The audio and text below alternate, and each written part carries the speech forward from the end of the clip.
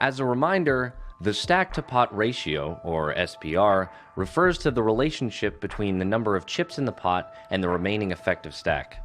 If there are $100 in the pot and $500 left in the effective stack, then the SPR is 5. In No Limit Hold'em, most bets are between 30 and 150% of the pot. This sizing range is mathematically incentivized so we can get a rough sense of how many more bets are left based on the SPR. Let's take a look at some practical examples.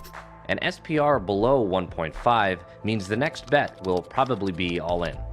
2 to 5 SPR means that 2 more bets are likely before one player is all in. With an SPR greater than 7, it's almost certain that at least 3 bets will be needed to get stacks in. Just like the case when calculating pot odds, it's important to remember that the SPR is already baked into your EV in a given hand. The EV of drawing to a straight draw on the flop is not going to be the same if your opponent is close to all in, say with an SPR of 1, as it would be if your opponent is still super deep with an SPR, say, of over 5. SPR directly affects our EV because it determines how much or how little can be wagered in the hand. In order to have a sound post-flop game, you must always be thinking about the hands you play in terms of SPR and in terms of how and when more money is likely to be added to the pot.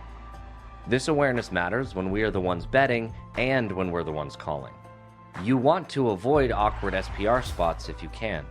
Situations where you bet or call on one street and it sets you up for difficult decisions on the next, conversely, makes your opponent's decisions easier.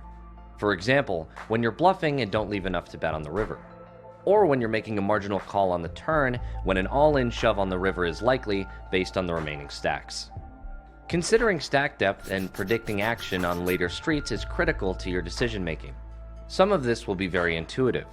If stacks are super deep, you can peel more liberally with hands on the flop. If stacks are shallow and your opponent will have less than a pot-sized bet on the turn, you should not be calling with low equity hands on the flop. Middle zones can be a lot trickier to navigate. Your job is to recognize these spots before you're in them. Always be looking ahead.